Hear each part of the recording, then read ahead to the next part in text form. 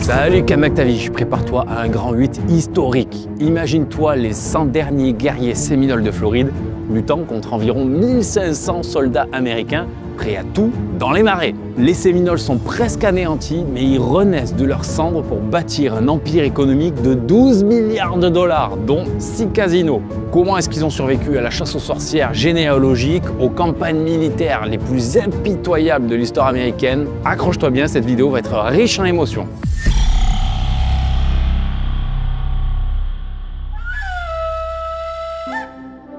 Février 1838, soit quelques semaines après la bataille de la Loxahatchee River. Alors rappelle-toi, c'est la fameuse bataille dans laquelle les Séminoles se reçoivent des roquettes et des obus explosifs sur la tronche et doivent se replier en abandonnant le village qu'ils tentaient de protéger. Les chefs Tuskegee et Alec Ajo sont aujourd'hui à la tête d'un groupe de 500 Séminoles et font face à Jesup et son armée. Mais cette fois, il n'est pas question de bataille. Les deux chefs indiens proposent à Jesup l'arrêt des hostilités en échange du droit à rester quelque part en Floride. Peu importe la taille de la localisation, hein, pourquoi pas au sud du lac Okeechobee. Le général américain, pour le coup, il est ravi, hein, il détient là sa victoire et la fin de la campagne militaire. Alors il en réfère immédiatement à Washington. Pour lui, c'est finalement plus qu'une formalité, il a déjà plus ou moins donné son accord aux leaders amérindiens concernant cette paix. Seulement voilà, le ministre de la guerre, il rejette littéralement l'accord et ordonne à Jesup de se remettre en marche. Malgré des sympathies naissantes entre les Séminoles et les soldats qui ont campé ensemble près de Fort Jupiter pendant plusieurs jours, Jesup il ordonne la capture du groupe indien. C'est une nouvelle traîtrise. Et pourtant, en guise de bonne foi, le groupe de Séminoles, il venait tout juste de livrer 140 Noirs aux Américains. C'est un coup dur et une époque difficile. Les 500 Séminoles, ils se rendent sans combattre, ils sont sidérés, dépités. Les chefs Tuskegee et Alec Ajo sont à bout de force. Des années de lutte ont érodé le moral des hommes. La pression des Américains a poussé les Indiens à descendre toujours plus au sud de la Floride, vers des terres non cultivables, où l'élevage est rendu difficile à cause des maladies, des parasites et du manque de fourrage. Mises bout à bout, ces causes ont eu raison du feu qui brûlait dans leur cœur. Malgré une capacité d'adaptation hors du commun, une connaissance de leur territoire à toute épreuve, du génie tactique, le courage d'une nation qui lutte pour sa survie et des combattants exceptionnels, les Séminoles sont trop peu nombreux pour lutter. Le 29 avril, Jesup est relevé de son commandement, il est remplacé par le général Taylor. Depuis 1814 que la guerre est déclarée contre les États-Unis, Osceola est mort, Micanopy, Alligator, Jumper, Cloud, Tuskegee et Alec Ajo ont été déportés avec une grande partie de leur tribu vers le territoire indien à l'ouest. King Philip, le père de Wildcat, est mort pendant le transport vers l'Oklahoma. Des milliers de Séminoles sont morts ou déportés, la structure de leur mode de vie est totalement détruite et des centaines de familles vivent dans la précarité. La Nouvelle-Orléans sert de point de passage entre la Floride et le territoire indien. C'est une sorte de camp de concentration au sein duquel les conditions de vie sont difficiles, voire même déplorables en fait. De nombreux Séminoles mourront pendant cette attente sans jamais atteindre les nouvelles terres, ni revoir la Floride. En mai 1838, ils sont 800, dont 200 Noirs à attendre que leur sort soit décidé administrativement. La moitié sont malades. À partir du 15 mai 1838, Taylor, qui est en charge de la Floride, va mettre en place une stratégie d'occupation des terres du Nord. Ces terres-là sont les plus fertiles et disposent de grands espaces pour faire pâturer les bêtes. Donc il ne se trompe pas, le Taylor. Il lance de grands travaux et encourage les colons à revenir. Dès 1839, Taylor a déjà construit 53 nouveaux postes de liaison et l'équivalent de 1364 km de route. Mais Wildcat et Abiaka, présents dans la bataille du lac Okeechobee, avec le célèbre repli en canoë, là je sais pas si tu te souviens, ils n'ont pas renoncé au combat. La résistance, elle est féroce. Ils sabotent des convois, ils attaquent des plantations qu'ils pillent, ils tuent des familles de colons en représailles. À ce moment-là, la guerre, elle se transforme carrément en guérilla sale et insaisissable. Pour le président des États-Unis, Martin Van Buren, même si la stratégie d'occupation de Taylor semble fonctionner, c'est trop lent. L'entretien de l'armée coûte extrêmement cher et le public ne supporte plus d'entendre parler de ce conflit interminable qui dure depuis 1814, soit 25 ans. Et pire que ça, une nouvelle tendance dans l'opinion publique amène les Américains à manifester un peu partout. Pour les citoyens, les Séminoles, en résistant aussi longtemps contre l'armée, ils ont gagné le droit de rester sur leur terre, ou au moins d'y vivre dans une réserve. Et ça, le gouvernement, il veut pas. Il a des projets pour la Floride. Aussi, en mai 1839, le major général Alexander Macomb est envoyé pour parlementer avec les Indiens. Il les convoque pour des pourparlers. Mais personne ne vient. Est-ce que ça t'étonne? Ben moi, pas vraiment, hein, après tous les coups de traîtrise, les coups fourrés qu'ils ont subis. Et pourtant, quand le général finit par sortir la carte des cadeaux, ben quelques chefs approchent. Alec Tustunéguy et Chito Tustunéguy, alors je suis désolé, j'ai pas de photos à te montrer parce qu'il n'y en a pas, hein. Ils représentent tous deux Abiaka et Tiger Tail. Et ensemble, ils signent un traité les autorisant à rester dans une réserve au sud de la Floride en échange d'un arrêt total des hostilités. Ce que Macomb ne mentionne pas ni dans le traité ni à l'oral, c'est que pour les USA, c'est une autorisation temporaire d'utilisation du territoire. Les Américains, c'est vraiment des fourbes, je te dis, hein, du début à la fin, que ce soit avec les Espagnols, les Anglais, les Français, les Amérindiens, les Mexicains, qui tu veux, hein, c'est systématiquement des coups de Trafalgar. Quoi qu'il en soit, Macomb, il est tout fier de se présenter en général pourvoyeur de paix quand les 6 autres avant lui n'ont pas été capables de l'obtenir. Je t'avoue que quand j'étais à ce stade de l'histoire des Séminoles, hein, quand je lisais mes bouquins, hein, sans avoir lu la suite, ça m'a bien fait marrer ce postulat de Macomb. Hein. Tu vas voir, hein, lui aussi il va apprendre comme les autres. 2 mois plus tard, le 23 juillet 1839, le colonel William S. Harney, à la tête d'un détachement de 28 hommes, est en affectation sur un poste d'échange de fourrure. Ce poste, il est en construction proche de la rivière Caloosahatchee. Je pense que c'est comme ça que ça se prononce. Le camp des Dragoons est à moins d'1 kilomètre du poste d'échange. Donc tu as le poste d'échange, le camp des Dragoons, quoi. C'est le matin, une bien belle journée vient de commencer, hein. Le soleil brille, les hommes traînent, rigolent, font leur toilette. L'ambiance est plutôt détendue, tu vois, c'est un petit camp, les mecs sont chill, ça se passe bien. D'autant plus que le colonel, il est même pas encore levé, donc c'est vraiment détente. La veille, il a participé à une chasse au sanglier avec quelques hommes. Et ils sont rentrés que très tard dans la nuit, donc là il se fait sa petite grasse mat, le colonel. Un des soldats fait signe de la tête à son collègue, hein, ça y est, le colonel Harney émerge de sa tente. Il porte son uniforme, hein, donc ça sent le départ pour le détachement. Le colonel, il se lève et direct il est à la recherche du sergent Bigelow. Mais où est passé ce fichu incapable? Caporal, avez-vous vu Bigelow? Caporal répond que Bigelow est à la chasse. A-t-il distribué les munitions? Ben non, pas de munitions pour les soldats ce 23 juillet. Harney, il peste, hein, c'est quoi ce bordel, quoi, hein. D'autant plus qu'il se souvient que la veille, il a oublié de poster une sentinelle devant le camp. Il continue son inspection, hein, il va casser les bonbons un peu à tout le monde, mais il manque de tomber en sursautant quand il entend un premier coup de feu, suivi d'un assourdissant déluge de plomb. Il hurle à ses hommes « À couvert! Prenez vos armes, on est attaqué !» Mais les hommes, du coup, ils ont presque plus de munitions, voire pas du tout pour certains. 120 guerriers Spanish Indian, qui est un terme utilisé par les colons pour désigner des Séminoles métissés d'origine espagnole, créole ou afro-américaine, ouvrent le feu sur les soldats. Ils sont menés par Chakaika. Et j'ai vu dans une source Billy Bowlegs. Donc pour lui, c'est pas certain. Je pense qu'il y a un petit peu un côté de construction de légende, tu vois, autour de Billy Bowlegs. C'est une possibilité qu'il était là, mais c'est vraiment pas certain. Simultanément, à un peu moins d'1 kilomètre, 40 guerriers conduits par Ospétarque attaquent l'avant-poste commercial. Donc c'est 2 attaques synchronisées. Le colonel, fusil à la main, évalue la situation. Elle est désespérée. Les hommes, ils sont complètement pris au dépourvu, à moitié endormis, la gueule enfarinée. Il y en a certains qui sont cul nus, ils n'ont même pas eu le temps de s'habiller. Ils sont à découvert. Les cris des Indiens résonnent dans les oreilles au moins autant que le feu de leurs fusils. Mais les fusils, pas ceux des Américains. La plupart des soldats, ils cherchent leurs armes dans la panique. Il y en a certains qui étaient en train de boire leur café tranquillement à la popote au coin du feu. C'est la débandade totale, hein. Les soldats, ils courent pour leur vie, ils courent vers la rivière dans laquelle certains se noient. Harney, il vrille complètement, il se met lui aussi à courir en direction de la rivière avec un de ses hommes. Oh, c'est littéralement une scène de film là, hein. Ils sont poursuivis, donc ils zigzaguent entre les arbres, il y a les balles qui viennent s'impacter contre les troncs. Ils parviennent à trouver une petite embarcation. Harney donne une impulsion à la barque et les 2 hommes plongent à l'intérieur en position allongée, tandis que le courant les entraîne au loin. Les Indiens continuent à tirer sur eux, la barque elle est impactée de plein de balles, mais ils ne sont pas touchés, ils sont sauvés. Au poste commercial, les hommes arrivent quand même à se barricader derrière tout ce qu'ils peuvent trouver et ils répondent avec tout ce qu'ils ont sous la main. Et ils sont trop peu nombreux. Après leur avoir promis de les laisser vivre s'ils se rendaient, les Indiens les massacrent jusqu'au dernier. Ce jour-là, les Séminoles, ils mettent la main sur environ 1500 $ de pièces d'argent, 1000 $ de marchandises et d'excellents fusils. Ils ont subi aucune perte ni aucun blessé. Du détachement de Harney, 11 Dragoons sont morts et 2 blessés. Dans l'avant-poste travaillaient quelques civils. Ils sont tous morts ou capturés puis sacrifiés. Sauf un interprète que les Spanish Indians semblent avoir gardé. C'est toujours utile un interprète. Interprète. Tu vois, c'est ce que je te disais, la paix de Machombe, elle a duré 2 mois.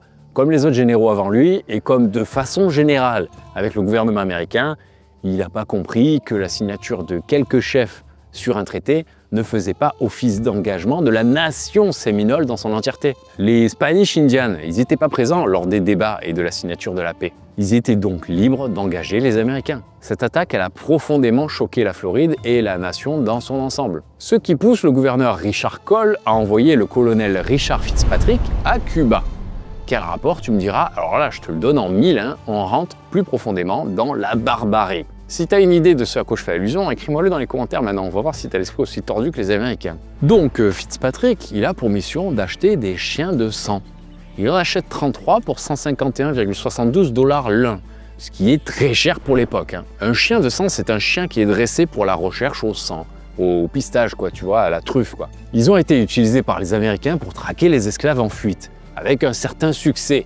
Alors pourquoi pas les Indiens? Ils sont déployés à partir du 27 janvier 1840 pour traquer les Séminoles dans les marais. Comme les Américains n'ont absolument rien compris au fonctionnement des autochtones de Floride, l'attaque des Spanish Indians justifie pour eux le massacre de tous les Séminoles, sans exception. Au départ, en plus, ils sont sans muselière et parfois sans laisse. Ces chiens y blessent gravement des femmes et des enfants indigènes sans que cela ne conduise à leur capture. Une polémique au Congrès éclate très rapidement, dénonçant des méthodes d'esclavagistes et de mise en danger inutile de femmes et d'enfants. Sur le terrain, les chiens y seront désormais en laisse et muselés. De toute manière, cette idée coûteuse sera un flop total, et tant mieux, hein.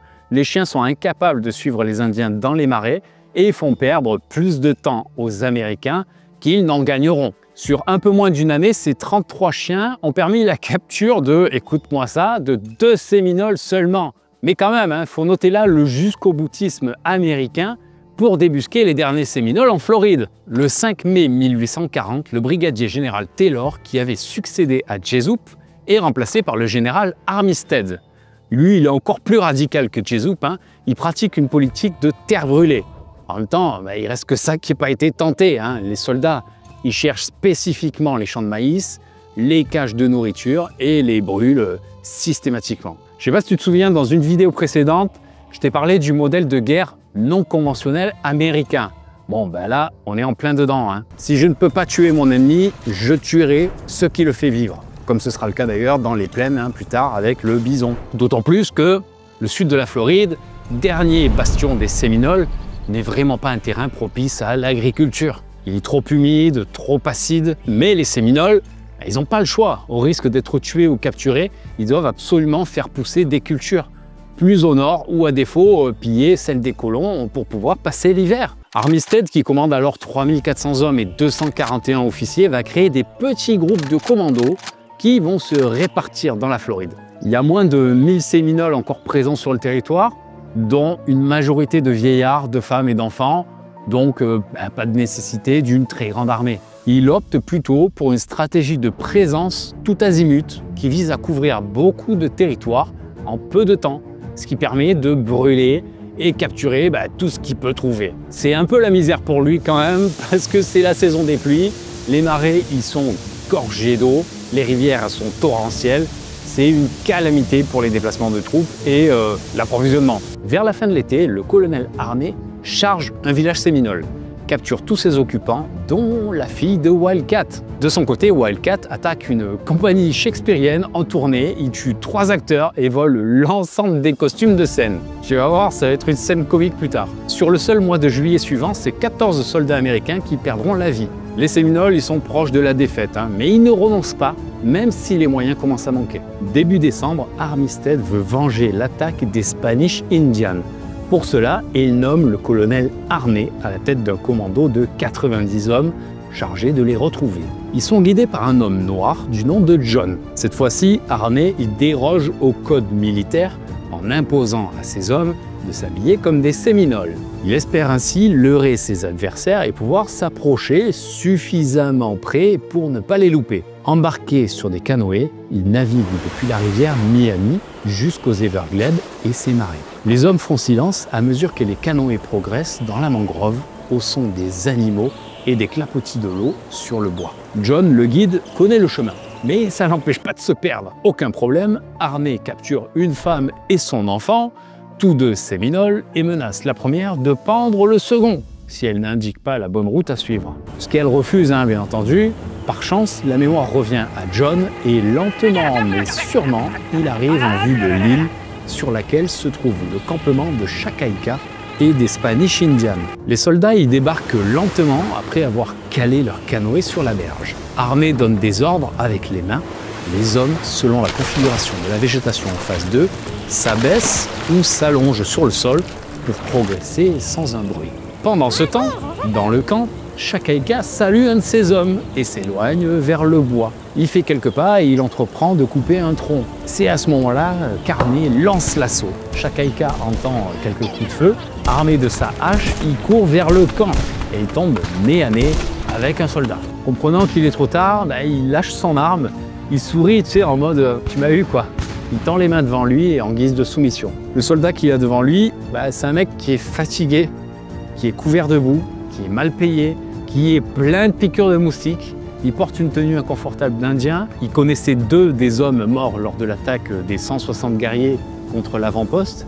Et il n'a pas vu sa famille depuis une année. Il est à bout, le mec. Il lève son fusil et tire une balle dans la tête de Chacaïca. Ce jour-là, bien que 90 hommes aient pris d'assaut le camp, seulement 2 Spanish Indians sont capturés et pendus sur place. Les autres ont fui dans les marais. Armé, il fait pendre le corps déjà sans vie de Chacaïca en guise d'avertissement. Au total, les Américains ils vont rester 12 jours dans les marais à tenter de retrouver le camp d'Abiaka, sans succès. Il faut dire que c'est un bourbier impénétrable dans lequel chaque arbre, chaque marais ressemble au précédent. À son retour à Fort Dallas, le colonel Armé est auréolé de gloire pour un bilan de 4 Indiens, 5 pendus et seulement un homme perdu. Le conseil législatif de Floride lui offre une épée et il obtient le commandement du 2nd Dragoons. On en est là, à donner des promotions à des hommes qui commandent des forces importantes qui ne sont capables que de tuer une poignée d'Indiens. Rappelle-toi, depuis le début, les Américains ont l'avantage du nombre et de la technologie. On est en 1840, ça fait 26 ans que les Séminoles se battent pour leur terre. En mars 1841, le général Armistead va trouver une nouvelle combine. Il demande à Washington, la capitale, pas le président, un budget pour acheter les Séminoles. Non, c'est pas une connerie. Il veut littéralement donner des thunes aux Indiens pour les faire partir de Floride. Et le pire, c'est que ça fonctionne. Armé d'un budget de 30 000 $, il va acheter certains chefs de tribus en fonction de leur notoriété, de l'importance numérique de leur peuple. Certains, comme Kusa Tustunegi, se voient offrir 5 000 $ pour migrer avec les siens en territoire indien. D'autres chefs moins importants toucheront 200 $ et chaque guerrier se verra offrir 30 $ et un nouveau fusil. Sous son commandement, le général Armistead envoie vers l'ouest 450 Indiens, dont 120 guerriers. Il y en a 236 qui sont bloqués administrativement à Fort Brooke en attendant le départ, et il estime à environ 300 le reste des Séminoles encore libres en Floride. En réalité, c'est plus autour de 500, dont la plupart des civils. C'est arrangeant pour Armistead de dire 300. Mais voilà, coup de théâtre, au printemps, Armistead renonce à son commandement. Les choses vont pas assez vite pour lui. Il est remplacé par le général Worth. Il y a tout juste quelques mois, Worth était colonel et il rencontrait Wildcat, qui est le leader le plus important encore en activité en Floride. Donc ça, c'est un flashback. Écoute-moi bien, cette rencontre, elle est incroyable. Un Séminole a localisé le campement de Wildcat et tenté de le convaincre de venir pour parler avec le colonel Jenkins Worth. Pendant les quelques jours qui suivent, rien du tout. Il ne vient pas Wildcat. Mais un beau jour, vers midi, les soldats repèrent 8 Indiens qui rôdent autour de Fort Pierce. C'est Wildcat et 7 guerriers. Les portes du fort s'ouvrent, ils entrent sous le regard médusé des occupants. Le leader séminole, il porte des chaussettes hautes bouffantes avec des plumes d'ornement et le costume de Hamlet. Un guerrier juste à côté de lui porte la cape violette en hermine de Richard III. Les 6 autres sont habillés de vêtements médiévaux européens composés de plumes, de vestes et autres accessoires brillants de couleurs très vives. Les gens sont sidérés, pour eux c'est littéralement un carnaval, hein, mais la rancœur revient vite. Hein. Rappelle-toi, il y a quelques mois, Wildcat a attaqué une troupe de théâtre shakespearienne. Elle est là, leur prise de guerre, et ils sont fiers de l'afficher sans forcément savoir qu'il s'agit d'habits de théâtre. En marchant en direction du colonel Worth, Wildcat entend les cris de joie d'une voix qu'il connaît bien. Il cherche du regard, mais le petit corps s'est déjà jeté dans ses jambes.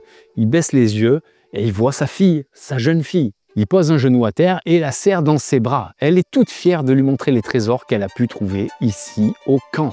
Des cartouches de mousquet, utilisées bien sûr, hein, des petits paquets de poudre ou encore des morceaux de métal. Wildcat, il est tellement ému qu'il fond littéralement en larmes. Il reste 4 jours au fort, il accepte l'hospitalité des Américains et promet d'aller chercher les siens pour migrer pacifiquement à l'ouest. Il déclare ce jour-là à Worth « J'avais l'espoir d'être tué au combat, mais aucune balle ne m'a jamais touché. J'aurais préféré être tué par un homme blanc en Floride que mourir en Arkansas, le territoire indien. Pourtant, le jour et la manière de ma mort sont écrits. Donc peu importe ce qui m'attend, je n'ai peur de rien. Si la mort venait, alors je mourrais en homme, sinon j'irai en paix. » Mais avec les leaders séminoles, c'est jamais vraiment gagné. Wildcat, il prend son temps. Les jours, les semaines passent. Il profite de son laissez-passer pour manger et boire, faire quelques stocks qu'il emporte avec lui quand il va voir d'autres séminoles. Il se fait même offrir un cheval. Un beau jour, il demande de très grosses quantités de rations alimentaires et d'alcool, en prétextant un grand conseil avec Abiaka et Billy Bowlegs, les 2 autres leaders séminoles. Autant te dire que cette requête, elle ne plaît pas du tout au Major Childs, qui le suspecte d'avoir des intentions cachées. Alors, sans mettre au courant Worth, Childs le fait mettre en prison avec 14 de ses guerriers et l'envoie à la Nouvelle-Orléans pour expédition à l'ouest. On revient dans le présent. Worth est donc général et dès l'été 1841, il applique une doctrine de search and destroy, c'est-à-dire qu'il cherche, détruit et tue tous séminoles hostiles. Ils ont beau être moins de 600 contre 5000 soldats, il n'en reste pas moins qu'ils sont dirigés par les leaders charismatiques Billy Bowlegs et Abiaka, dont l'un de ses noms, Apayaka Adjo, signifie quand même « crotal fou ». Ils sont déterminés à résister pour rester en Floride. Mais c'est dur, c'est très dur. Comme pour les Narragansett pendant la guerre du roi Philippe, c'est surtout les civils qui en pâtissent, les civils séminoles. Des rumeurs circulent, des chuchotements dans la cohue des grandes villes américaines. On raconte que, cédant au désespoir, certaines femmes séminoles étranglent leurs propres enfants et vont combattre avec les hommes. L'année 1841 est la première de toute leur existence au cours de laquelle ils ne peuvent pas organiser la cérémonie de la Green Corn. J'en ai rapidement parlé dans la partie des traditions, hein, et pourtant, c'est pour les Séminoles un peu l'équivalent, alors c'est un gros raccourci, hein, de notre Noël, tu vois, en termes d'importance. C'est au cours de cette cérémonie que les tribus se pardonnent leurs différends, les conflits sont apaisés, les nouveaux noms sont donnés aux jeunes qui passent à l'âge adulte, la black drink est consommée pour purifier les corps, et de façon générale, les tribus sont purifiées pour l'année suivante. Mais cette année, 1841, les Séminoles, ils sont affamés, faibles, disséminés dans toute la Floride. Les traditions s'éteignent, les tribus sont isolées, leur tissu social s'est littéralement effondré. Quand Worth finit par apprendre que Wildcat est à la Nouvelle-Orléans, prêt à être envoyé à l'ouest, il est furieux parce qu'il n'a pas été averti de ce transfert et il ordonne qu'il soit ramené d'urgence à Tampa Bay. Son bateau à peine arrivé, Worth grimpe à bord pour discuter avec le leader séminole. À ce moment-là, Wildcat il est enchaîné aux pieds et aux poignets. Worth, il le regarde, il en a ras-le-bol, il est un peu désespéré le Worth. Il lui dit de convaincre les derniers Séminoles de Floride de se rendre. Sinon, l'ensemble des Indiens assis derrière lui sur ce bateau sera pendu à son mât. C'est à contre-cœur que Wildcat accepte d'envoyer des messagers. Le 11 octobre de la même année, 211 Séminoles se sont rendus suite à l'envoi des messagers de Wildcat.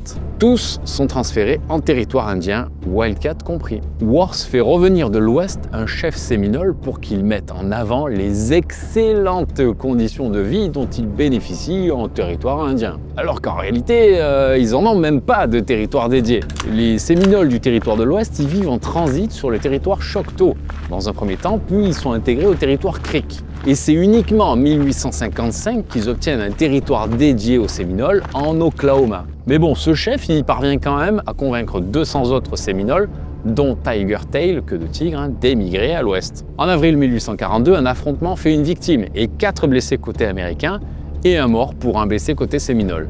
C'est le dernier affrontement de cette seconde guerre séminole. Le 14 août 1842, Worth déclare la fin de la Grande Guerre séminole. Il réunit quelques chefs indiens près de Cedar Creek et leur fait savoir qu'ils ont le droit de rester vivre dans les Everglades, tant qu'ils ne sortent pas de cette zone. Là, tu te dis, les Américains sont magnanimes, mais en fait, pas vraiment.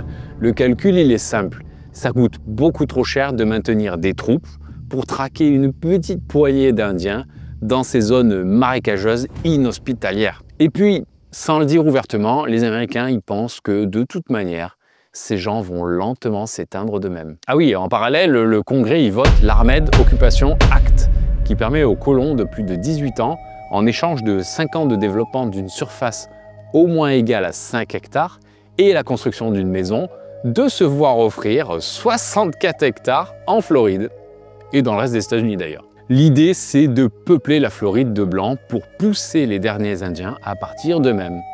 C'est un grand remplacement. De 8 000 à 11 000 âmes environ au plus fort de la présence séminole en Floride, ils étaient, selon les sources, environ 5 000 au début de la Seconde Guerre séminole. Fin 1843, en plus des morts, 3 824 séminoles avaient été envoyés à l'ouest. En Floride, il ne restait qu'entre 200 et 500 hommes, femmes et enfants, dont 95 guerriers et les chefs Abiaka et Billy Bowlegs. La Seconde Guerre séminole, elle a impliqué 10 169 soldats, marines et marins, plus de 30 000 miliciens et volontaires, soit un total de 40 169 hommes contre 1500 combattants autochtones. Il y a eu 1466 morts côté américain, la plupart de maladies et d'affections, dont 328 tués par les Indiens. Le pire, c'est le coût américain qui est estimé à 30 millions de dollars, soit, écoute-moi ça, si on ramène à la valeur d'aujourd'hui, ça représente 1,2 milliard de dollars pour virer 1500 combattants amérindiens. C'est du délire. Je ne sais pas si tu te souviens, j'en avais parlé dans une vidéo précédente. En 1836, Osceola, il avait envoyé un message au général Clinch, le mettant en garde sur la durée potentielle de la guerre qu'étaient capables de livrer les Séminoles, à savoir 5 années. Tout le monde à l'état-major s'était bien marré, personne ne prenait la menace au sérieux. Penses-tu, une bande de va-nu-pieds armés d'arcs et de flèches contre la toute-puissance des États-Unis d'Amérique, élus de Dieu en plus, impossible qu'ils tiennent ne serait-ce qu'une année. Le conflit en question, la Seconde Guerre séminole, a duré 7 ans, au cours duquel Osceola a été l'âme de cette résistance. Mais d'un point de vue séminole, il n'y a pas eu de fin à cette Seconde Guerre. Alors que du point de vue américain, la Troisième Guerre ne commence qu'à partir de 1849. Oui, parce qu'avant, dans leur chronologie, les États-Unis sont en guerre avec le Mexique, de 1846 à 1848. Donc on ne peut pas mettre deux guerres superposées sur une frise, ça marche pas, tu vois, donc on fait une pause, on tabasse les Mexicains, et ensuite on revient sur les Séminoles. J'en parle un peu de cette guerre dans la vidéo sur le partage de l'Amérique. C'est à cette occasion que les USA récupèrent d'ailleurs pas mal de territoires. Donc une petite pause, même si en sous-marin, le gouvernement il y a des plans pour la Floride, qui devient le 27e État des États-Unis le 3 mars 1845. Avant de te parler de la Troisième Guerre, je vais te parler des conditions de migration de la plupart des tribus séminoles et de leur implantation dans le territoire indien. Parce qu'il ne faut pas croire que c'est tout rose, ils sont éjectés de la Floride et vont pouvoir reprendre leur vie ailleurs sur un territoire dédié. Ça c'est faux. D'abord, c'est une piste des larmes. On en parle beaucoup de celle des Cherokees, mais en réalité, toutes les grandes nations de l'Est, forcées à migrer vers l'Ouest, l'ont vécu. Les Séminoles, habitués à un climat chaud et tropical, se retrouvent à traverser un pays avec des variations de température importantes, de la neige, du froid, des vents terribles, et beaucoup meurent en route. Et beaucoup d'autres meurent carrément avant le départ, dans les bateaux, dans les camps de transit, parce que à cause de la proximité, du manque de nourriture de qualité, les organismes ils s'affaiblissent et ils permettent aux épidémies de faire des ravages. Pour les survivants arrivés en terre indienne, rien n'est gagné. Ils n'ont pas encore de territoire séminole, ils vivent d'abord en transit sur le territoire Choctaw, puis sont rattachés au territoire Creek, sous leur domination politique. Des fois on me met dans les commentaires, mais t'es dans le sud et on n'entend jamais les cigales. Alors je te mets la cigale sans la réduction de bruit, là. Je sais pas si tu l'entends. Il y en a qu'une là. Des fois je suis dans des endroits, il y en a des milliers. Je ne m'entends même pas parler, j'ai pas le retour de ma voix dans mes oreilles. Donc là ta cigale, profite bien. Maintenant réduction de bruit. On peut continuer. On l'a vu dans les vidéos précédentes, hein, ensemble, les Creeks et les Séminoles, c'est pas du tout le grand amour. Hein. Les premiers sont payés par des chasseurs d'esclaves pour capturer tous Séminoles noirs pointant sur leur territoire. Des enfants, des femmes, des hommes seront capturés la nuit, pendant leur sommeil ou en plein jour sans que personne ne puisse jamais les retrouver. Imagine la psychose. Et un autre problème crée des conflits internes aux Séminoles, l'ancienneté sur le territoire indien. Ça aussi, on l'a vu ensemble, hein, la déportation s'est faite sur plusieurs années, ce qui implique que certains chefs et tribus sont arrivés avant les autres. Ils ont pu choisir de bons territoires et acquérir de l'influence, alors que pour les derniers Séminoles arrivants, les plus méritants finalement, hein, accompagnés des leaders charismatiques qui tenaient la Floride, ils se sont retrouvés en bas de la hiérarchie, sans pouvoir et sans bonne terre. Une foutue injustice hein, qui reste en travers de la gorge de beaucoup. Je te passe les conflits et les affrontements, comme tu peux le voir, c'est pas la joie non plus côté territoire indien pour les Séminoles. Revenons à la troisième guerre, enfin, guerre, c'est un bien grand mot. Hein. Les Séminoles, qui vivaient tranquillement, du mieux qu'ils le pouvaient dans les Everglades, sont soudain pointés du doigt. 5 des leurs, ivres, ont tué un blanc du nom de Barker. Ne me demande pas, je ne sais pas pourquoi l'histoire a retenu le nom de ce blanc et pas celui des 5 Séminoles.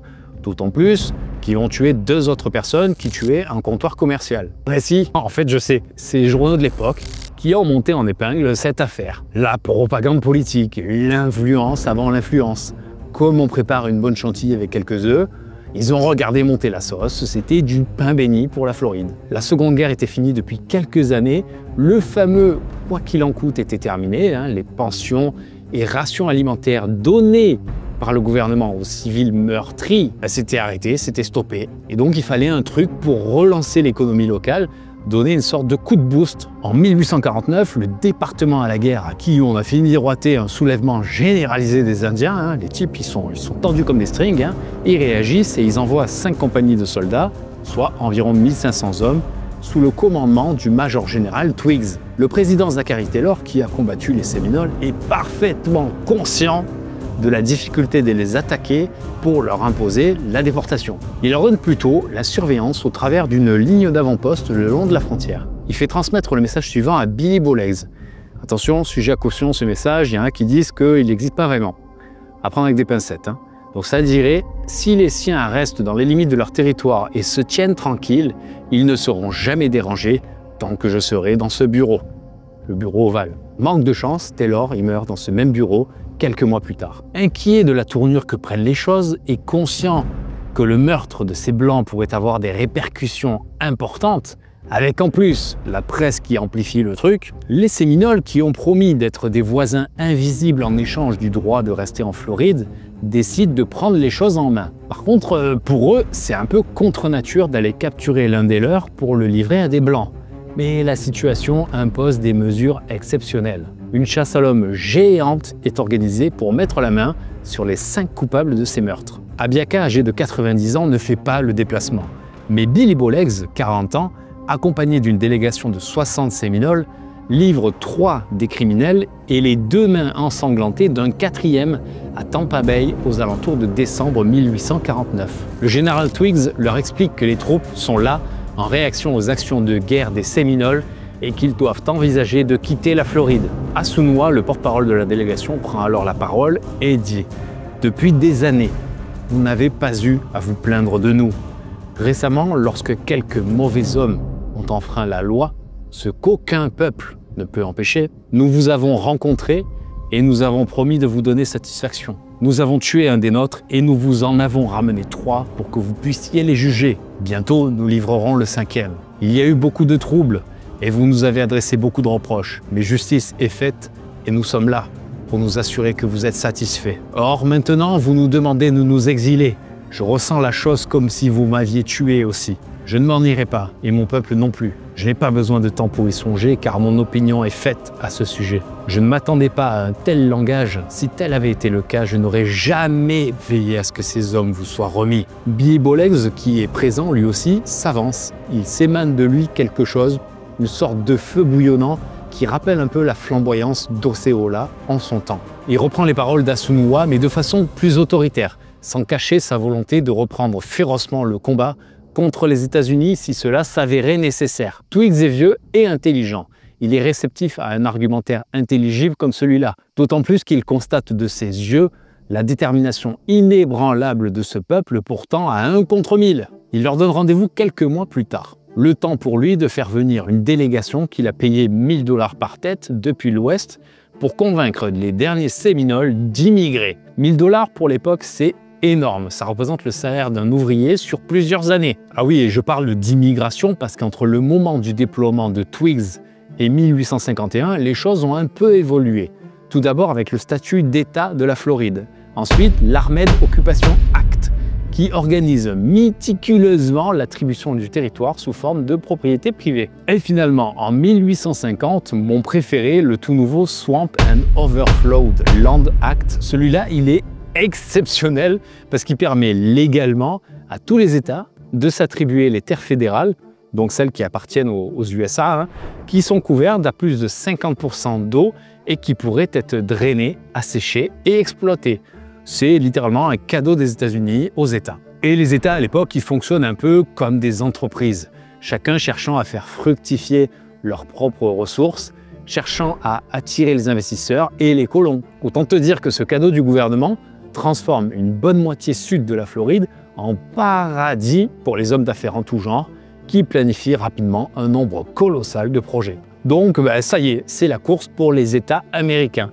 La Floride est en compétition directe avec le Texas, qui est très attrayant à l'époque. Mais avec ce dernier acte, la terre des Séminoles est livrée littéralement au capitalisme pur et dur. Les investisseurs, ils affluent soudainement. Les Indiens doivent dégager pour de bon. D'ailleurs, les gens sont complètement stupides à l'époque. Ils font pression sur les politiciens de Tallahassee et Washington pour évacuer définitivement la dernière centaine d'Indiens qui est, attention, une menace pour l'économie locale présente et future.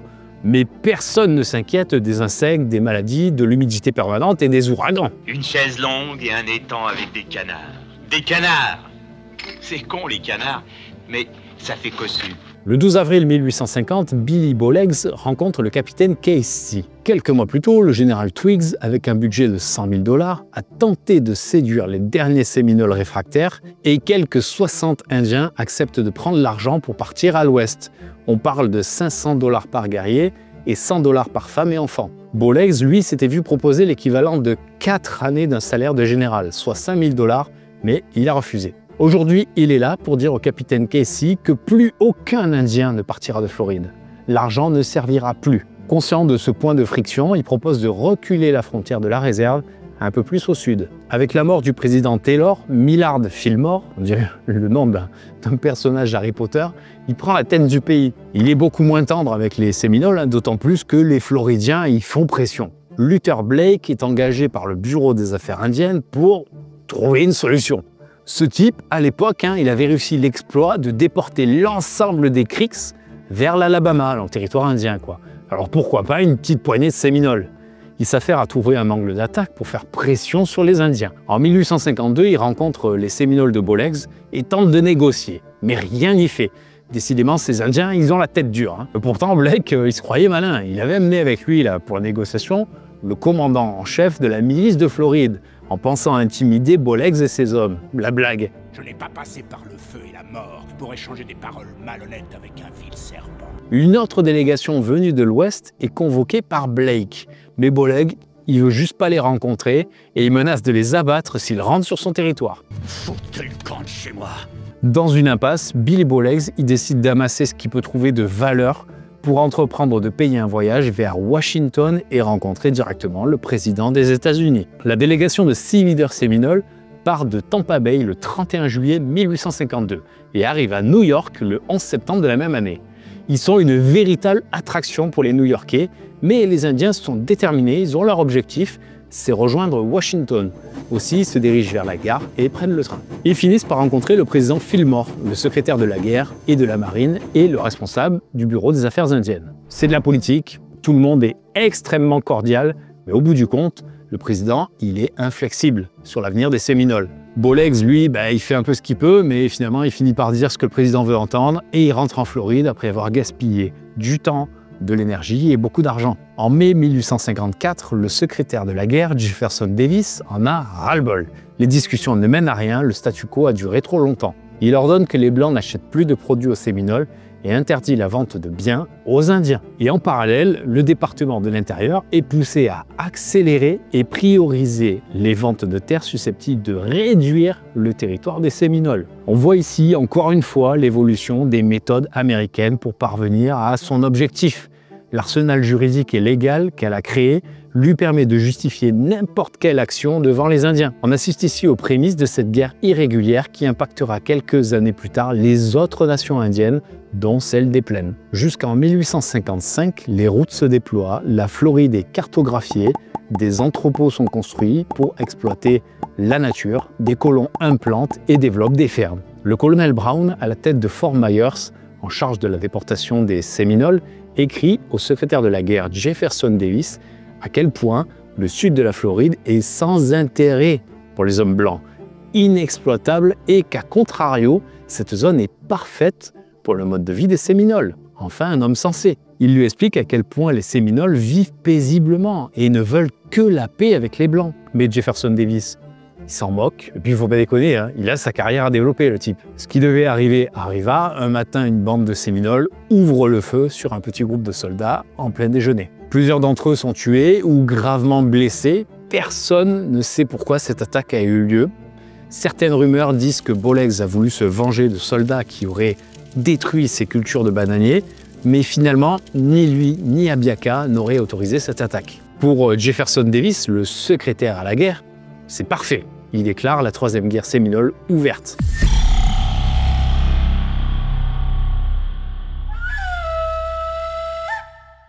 L'armée s'engage dans des manœuvres pour combattre les derniers résistants séminoles. Mais la météo, elle n'est pas arrangeante, hein. Tout le sud de la Floride est sous les eaux. C'est très compliqué de mobiliser des forces.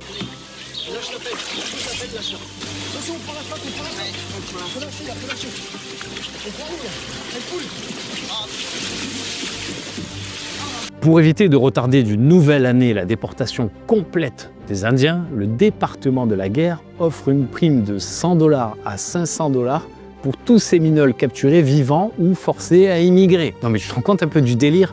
Un gouvernement qui offre des primes à ses soldats pour les motiver à capturer des gens qui vivent dans un endroit que personne ne veut, sans embêter qui que ce soit, et en ayant vécu là depuis des centaines d'années avant même que la Floride soit américaine. Ça me rappelle l'Espagne qui filait des primes aux Séminoles pour qu'ils aillent attaquer les gens de Fort Negro, dans l'épisode 3 je crois. Ils sont pas nombreux, mais la guerre, les Séminoles, ils savent la faire. Des raids sont lancés dans tout l'État, contre la maison du président de Floride, contre des plantations, contre des maisons de colons, contre des colonnes de soldats en marche. L'armée répond avec force. Connue pour vivre à Big Cypress et dans les Everglades, ces deux lieux sont pris pour cible. Des camps sont détruits, des champs cultivés ravagés. Mais à chaque fois, les Séminoles ils parviennent à reconstruire, à semer de nouveau. Ils sont insaisissables et en même temps, ils sont si peu nombreux que c'est comme chercher une aiguille dans une botte de foin. Le 17 avril 1856, le major Lewis Arnold et ses 113 hommes pénètrent dans le village abandonné de Billy Bowlegs. Comme beaucoup d'autres villages séminoles, il n'y a pas âme qui vive. Mais en réalité, si. Billy Bowlegs et ses hommes les attendent. L'embuscade est parfaite. Ils sont cachés derrière des cyprès sur le côté du village. Une fois à portée, Bowlegs tire, déclenchant la première volée de balles qui surprend les soldats et leur inflige quelques pertes. Passé la surprise, les Américains reforment les rangs et chargent les Indiens. Mais que ce soit d'un côté comme de l'autre, ils ont de l'eau jusqu'à la taille. C'est une véritable galère pour progresser vers leur cible. Aussi, la bataille fait rage de 9 h du matin à 16 h de l'après-midi. C'est littéralement une guerre de position dont, paradoxalement, peu de victimes seront décomptées. Et comme bien souvent, c'est côté américain, à cause de l'effet de surprise, que les morts et blessés sont les plus importants. Les Séminoles s'évanouissent une fois encore dans la nature. Après cet événement, une patrouille part de Fort Dallas. Cette fois, c'est confirmé, les Séminoles sont bien tous regroupés dans les Everglades et Big Cypress. Il ne reste qu'à trouver l'île sur laquelle ils se cachent et les éliminer une bonne fois pour toutes. Cette patrouille, elle est composée de soldats sur canoë. Leur mission est de parcourir les Everglades à la recherche de cette île secrète, ultime bastion des Séminoles. Motivés et remontés, les soldats de la patrouille sont déterminés à remplir leur mission. Pendant 12 jours, ils arpentent les méandres de cette végétation difficile. L'eau est toujours haute, ce qui leur permet de naviguer facilement entre les cours d'eau et les arbres. Mais par endroits, elle manque. Et finalement, sur les 12 jours, elle manque beaucoup plus souvent, imposant aux soldats de porter les embarcations militaires beaucoup plus lourdes que les canoës indiens. Imagine-toi dans cet enfer de bois et de feuilles bourré de moustiques, de crocodiles et de serpents. Tu as chaud, tu transpires 100% du temps et ta sueur ne sèche jamais. Rajoute à ça l'entretien de ton fusil qui doit rester sec et opérationnel. L'orientation, à l'époque, t'as pas de panneau, t'as pas de GPS. Moi, j'y ai mis les pieds aux Everglades il y a longtemps.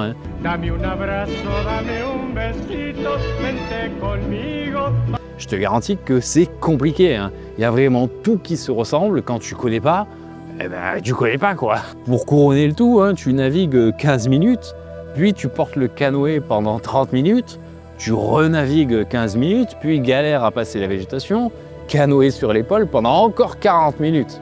Et tu fais ça toute la journée. Avec tout ça, tu dois rester alerte pour réagir en cas d'embuscade. Bref, c'est un enfer pour ces hommes pendant 12 jours et ils ont bien trouvé une petite île, mais qui n'était pas habitée. Sinon, aucune trace des Indiens. La mission est un échec.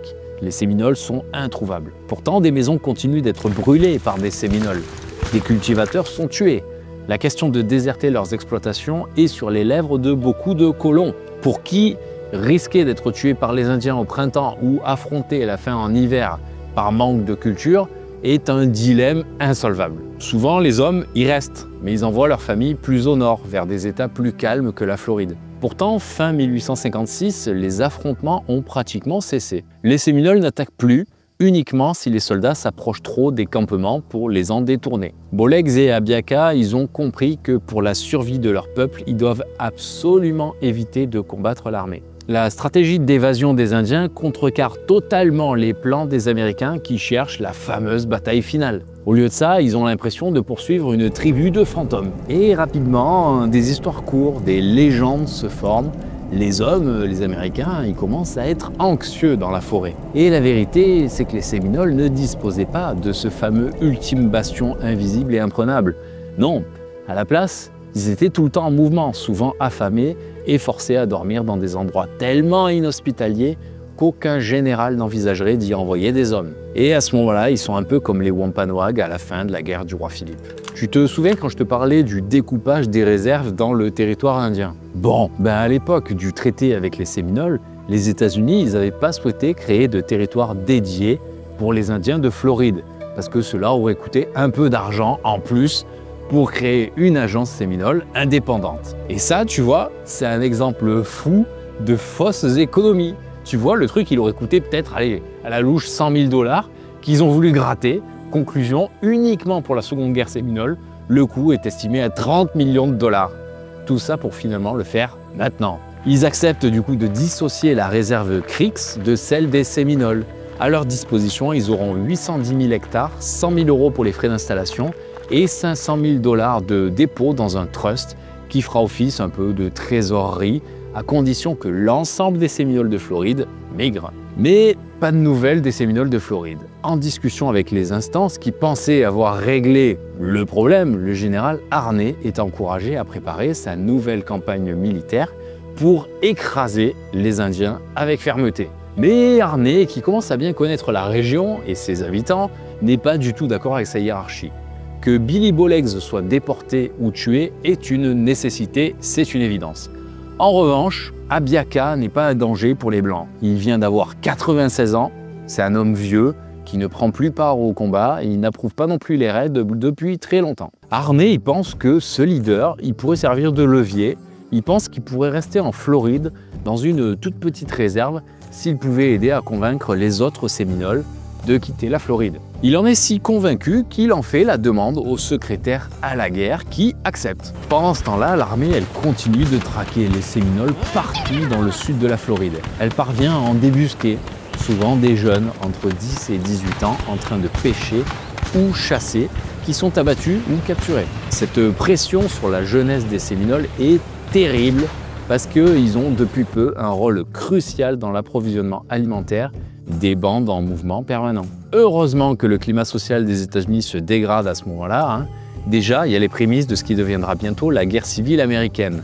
Les États y prennent tous position sur l'esclavage, certains pour, d'autres contre. En plus, les Mormons, qui jusqu'à présent étaient un peu persécutés, ils décident de quasiment faire sécession. Les Mormons, bon, c'est pas trop le sujet et surtout, c'est pas du tout mon domaine d'expertise, hein, donc n'hésite pas à me corriger si je dis des conneries. Hein. Mais en gros, c'est un courant chrétien, pseudo-chrétien, certains disent secte, qui s'appuie sur la Bible et le livre des Mormons. Il est rejeté par le protestantisme historique et existe depuis 1820. Voilà, je referme la parenthèse, n'hésite pas encore une fois à me corriger si je dis des conneries. Je t'invite à creuser hein, si tu es curieux sur le sujet. Ce qui se passe, hein, c'est que les Mormons fuient vers l'Utah. Ils mettent en place une théocratie et préparent la guerre contre les États-Unis. Donc le président, de toute urgence, il doit y envoyer des troupes. Parce que, faut pas déconner, hein, s'il veut garder sa présidence, il faut qu'il tienne tous les États dans le rang, quoi. Tout ça pour dire que des mouvements de troupes à des endroits assez éloignés de la capitale sont en cours. Et c'est donc dans ce contexte que le général Harney est retiré de Floride pour gérer le problème de quasi-guerre civile de l'État du Kansas. Bon, désolé si je te balance toutes ces infos sur le contexte historique américain à chaque fois, mais c'est important de comprendre à quel point le destin des tribus est lié aux décisions du gouvernement des États-Unis. On revient en Floride, hein, où le colonel Loomis, un homme frêle de 68 ans qui porte une longue barbe blanche, prend la tête de l'armée. On regarde un peu la gueule qu'il a, on dirait pas un peu le vieux qui ramasse la neige à la pelle dans Maman j'ai raté l'avion. Je plaisante un peu sur son apparence parce que Harney, qui avait gagné le respect des Indiens en étant un homme droit et sportif, et lui, c'est tout l'opposé, quoi. Hein. D'autant plus que l'esprit combatif des Séminoles est toujours présent. Le 23 avril 1857, un groupe d'Indiens attaque 10 soldats en train de remplir des tonneaux sur la côte des Everglades, près de Palm Grove. 2 soldats sont tués et 2 autres blessés. Et le pire, c'est que quand le sergent ordonne de poursuivre les Séminoles, les soldats refusent. L'impact psychologique de cette guerre de fantômes commence à se faire sentir. Il y a cette autre victoire séminole à quelques kilomètres au nord de Fort Kissimmee contre un groupe de volontaires qui pensaient traquer des femmes indiennes. Et ils tombent en fait sur une bande de guerriers armés jusqu'aux dents qui tue l'un des leurs avant que la troupe américaine ne s'enfuit la pétoche au cul. Le 7 juin, le colonel Loomis s'inquiète quand il constate que ses troupes sont de plus en plus dépêchées sur d'autres fronts. L'entièreté du 5e d'infanterie vient tout juste d'être redéployée dans le Missouri. Le département à la guerre lui répond simplement que pour compenser l'érosion de son armée, il doit faire appel à des volontaires de Floride. En gros, démerde-toi. Le 17 juillet 1857, Loomis attaque un camp par surprise et capture une vingtaine de femmes et d'enfants séminoles. Les prisonniers commencent à être de plus en plus nombreux et pour éviter toute évasion, il fait construire un véritable Alcatraz sur l'île d'Edmond Key à l'entrée de Tampa Bay. Déterminé à capturer Billy Bowlegs, Loomis entame sa campagne d'automne à Big Cypress en novembre. Avec 115 hommes, il parvient à surprendre un petit groupe de Séminoles. Des 3 guerriers qui protégeaient ce groupe, 2 sont tués, le 3e grièvement blessé. Ce jour-là, 5 femmes sont capturées et 13 enfants. Le lendemain, la chance continue de leur sourire, ils découvrent plusieurs villages avec des stocks de riz, de citrouilles, de maïs qui sont saisis par l'armée. Mais le plus intéressant, c'est la présence de nombreux bibelots qui semblent appartenir à Bowlegs. Ils sont envoyés directement à Washington comme preuve de la destruction du dernier habitant, de l'ultime leader de la guerre des Séminoles. Le 22 novembre, dans les alentours de l'île Chokoloskee, 77 hommes suivent une piste indienne. La piste s'élargit de plus en plus et les mène finalement à un très grand village qui semble vide. C'est un Eldorado, hein. Il y a à peu près 30 habitations et 16 hectares de terrain cultivé. Du maïs, du riz, des petits pois, des citrouilles, des vignes plus hautes qu'un homme encerclent les arbres alentours et on trouve même des pommes de terre par milliers dans le sol. On connaît tout ça grâce au rapport du colonel Rogers qui dira que tout a été détruit. Le 28 novembre, le capitaine Park Hill est en route vers un village de Séminoles pour le détruire. En chemin, il trouve des traces fraîches de mocassins indiens et décide de remonter la piste. Celle-ci les mène vers un cours d'eau d'environ 16 mètres de largeur.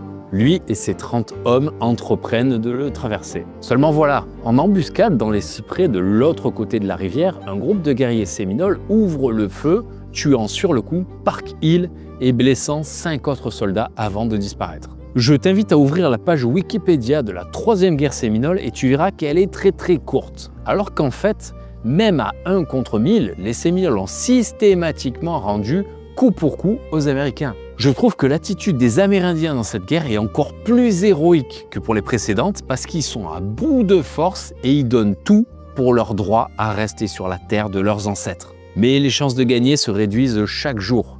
Début décembre, un autre Eldorado de 40 hectares de culture et de stocks alimentaires est totalement brûlé. Le réseau alimentaire qui permettait aux derniers Séminoles de survivre commence à s'effondrer. Le 27 février 1858, Billy Bowlegs et 2 représentants d'Abiaka se rendent à Fort Loomis pour discuter de la reddition. Il reste plusieurs jours à négocier avec l'agent du gouvernement Elias Rector. Ensuite, la décision est discutée puis validée en conseil tribal le 14 mars.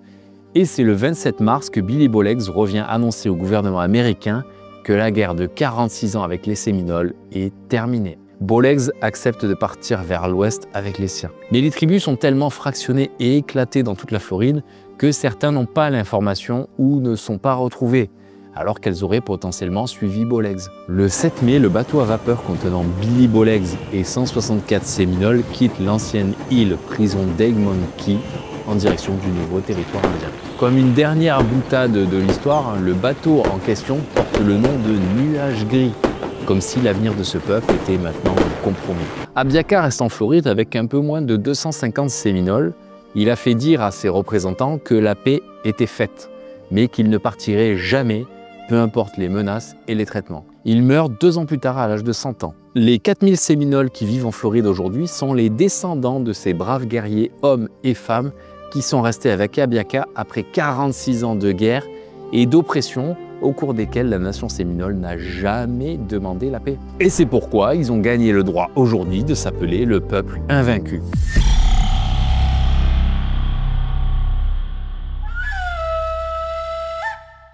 L'histoire des Séminoles ne s'arrête pas là et continue à 2 endroits des États-Unis, dans la nouvelle réserve à l'ouest et en Floride. Micanopy reste le principal leader séminole dans l'ouest jusqu'à sa mort à Fort Gibson le 2 janvier 1849. Après avoir un peu vécu à l'ouest, Wildcat finit par immigrer avec une centaine de Séminoles et de Noirs au Mexique en 1850.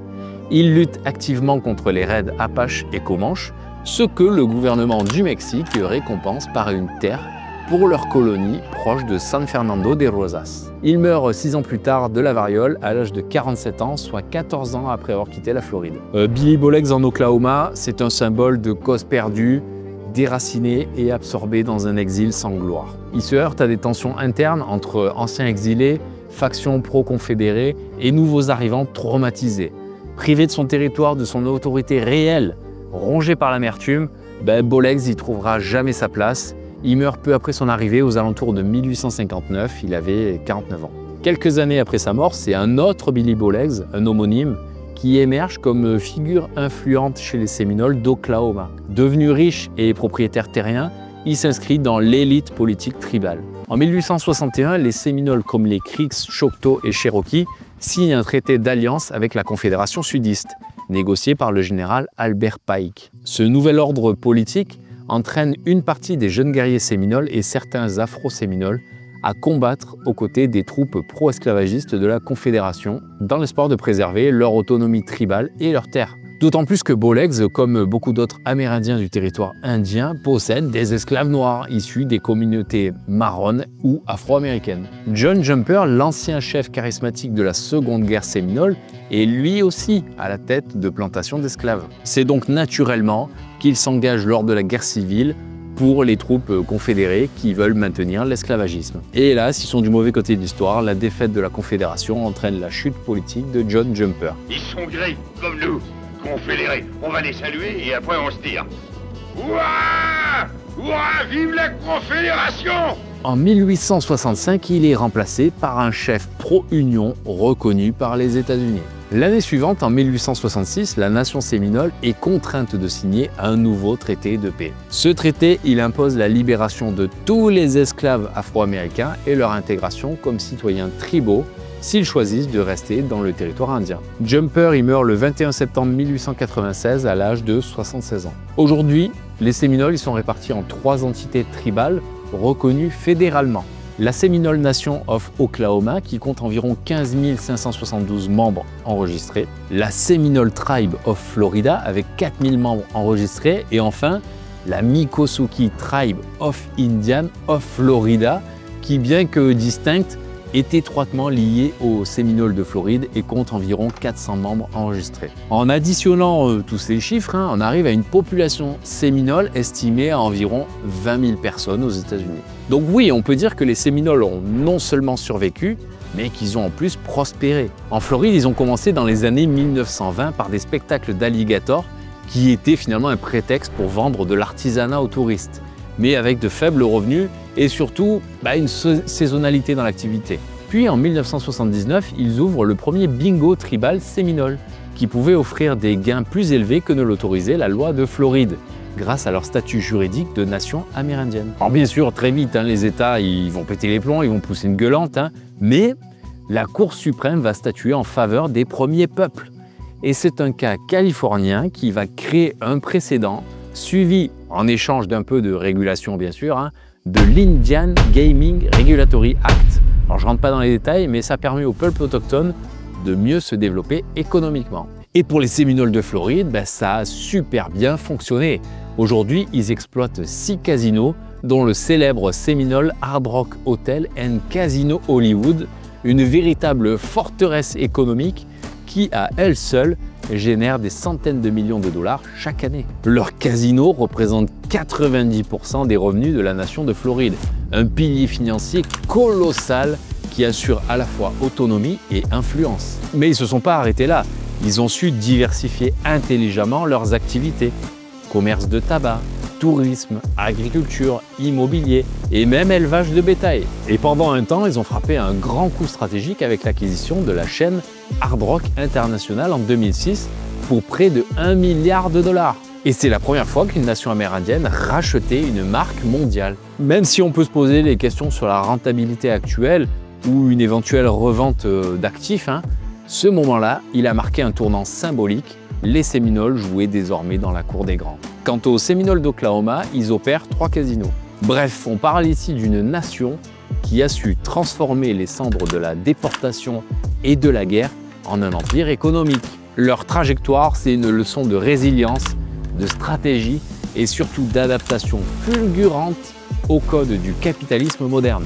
Les Séminoles aujourd'hui, c'est une puissance qui compte et qui l'a méchamment mérité. Le Seminole Tribe Council de Floride gère centralement les revenus issus des jeux, puis distribue chaque mois un dividende d'environ 10 000 à 13 000 dollars à chacun des 4 300 membres reconnus, ce qui représente l'essentiel du partage des profits de leur casino. Alors c'est une estimation là, c'est dur d'avoir des chiffres exacts parce que c'est variable en fonction des profits et du nombre de bénéficiaires. Enfin bon, ça reste énorme quand on sait que le revenu moyen par foyer en Floride en 2024 est de 5 900 dollars. Là, c'est entre 10 000 et 13 000 dollars par membre, donc potentiellement dans la poche de plusieurs membres d'un même foyer. Alors, il y a une variabilité dans le nombre des bénéficiaires. Tu vas halluciner, c'est parce que depuis 2000, la nation séminole de Floride a appliqué des critères d'Indian Blood Quantum basés sur l'inscription au Dawes Rolls pour exclure près de 1200 freedmen, c'est-à-dire les descendants de séminoles noirs jugés trop noirs et pas assez indiens du coup, réduisant artificiellement le nombre de bénéficiaires. En gros, on a un gâteau énorme à partager, mais on veut réduire la liste des invités. On a dit 3 parts, Obélix. Pour être inscrit dans la Seminole Tribe of Florida, il faut justifier d'au moins un quart de sang séminole de Floride, donc qu'un grand-parent soit plein sang, prouver le lien direct avec un ancêtre figurant sur le rostre tribal de 1957, la base légale de leur constitution, et être parrainé par un membre en règle. Ces conditions, elles excluent non seulement les descendants n'ayant pas assez de sang indien, mais aussi les descendants d'esclaves noirs affiliés historiquement aux Séminoles et qui ont combattu à leur côté. C'est une chasse aux sorcières qui oppose des Séminoles à d'autres Séminoles pour une histoire de pognon. Sur le plan éducatif, la tribu a mis en place un programme offrant des bourses privées couvrant frais de scolarité, manuels et matériels, ainsi qu'un programme Higher Education, sans oublier une prime, alors ça c'est fou, de 200 000 $ à l'obtention du diplôme universitaire pour chaque diplômé. Autant te dire que les jeunes sont très bien pris en charge et qu'ils ne commencent pas leur vie active surendettés. La série sur les Séminoles touche à sa fin, j'espère que ça t'a plu et que la sonorité du nom de cette tribu a changé dans tes oreilles. Moi, j'ai commencé avec des farandoles, des séminaires, des batifoles et finalement aujourd'hui, ça résonne en moi comme une espèce d'appel à la résistance et au combat, le couteau entre les dents. Rappelle-toi qu'ils ont commencé à l'arc et aux flèches et qu'ils ont tenu en échec les États-Unis d'Amérique pendant 46 ans sur un territoire équivalent à environ un quart de la France. Au plus fort de la guerre, 40 000 soldats américains étaient engagés contre 5 000 Séminoles, soit 8 contre 1. Et encore dans les 5 000, il n'y avait que 1500 guerriers. Pendant 40 ans après sa mort, Osceola est resté l'Américain le plus célèbre dans le monde entier. Il a marqué son temps par sa détermination, son génie tactique et son leadership. Ah tiens d'ailleurs, tant que j'y pense, je m'interrogeais sur l'origine des plumes d'autruche qu'on voit sur les peintures représentant Osceola. C'est pas normal du tout parce que des autruches à cette époque, il n'y en avait pas en Floride et encore moins aux États-Unis. Et l'animal symbolique, c'est plutôt le héron. Du coup, j'ai bombardé de questions tous les musées de Floride et la Seminole Historical Society pour avoir le fin mot de l'histoire. Et j'ai eu ma réponse. J'avais fait un post dans l'onglet Communauté. Dans le bouquin Osceola's Legacy de Patricia Wickman, il est dit qu'Osceola appréciait tout particulièrement les plumes d'autruche qu'il avait obtenues auprès de commerçants et dont il aimait un peu faire cadeau de temps en temps. Une version parle aussi de Kathleen, George Catlin, le peintre, qui aurait offert des plumes d'autruche à Osceola en remplacement de celles qu'il avait perdues. Voilà pour l'anecdote. J'espère que cette série de vidéos aura un petit peu rendu hommage au combat exceptionnel de la nation séminole. J'ai dû faire des choix dans la narration, certaines sources contredisent, les chiffres peuvent varier aussi selon les rapporteurs.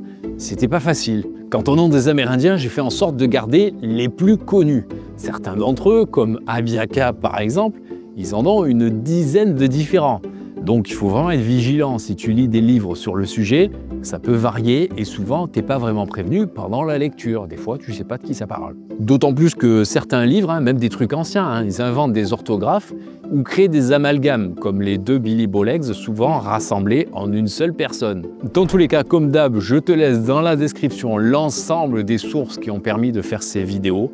Il y a beaucoup de livres en anglais, mais tu peux aussi trouver quelques trucs en français. Merci aux tipeurs pour vos généreuses contributions. Plus que le montant des dons, c'est une incroyable validation de la qualité de mon travail.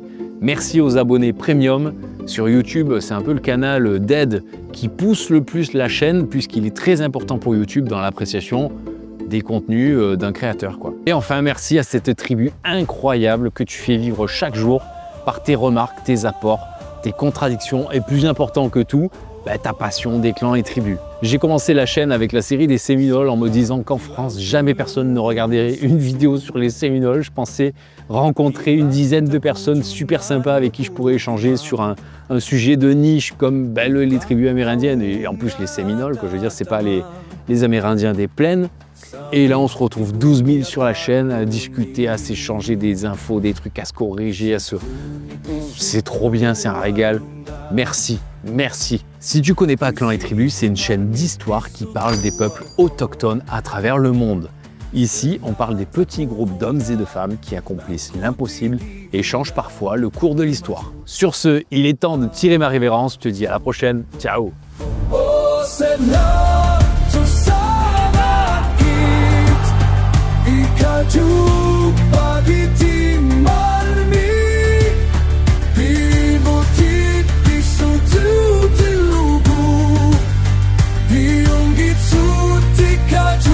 Bagi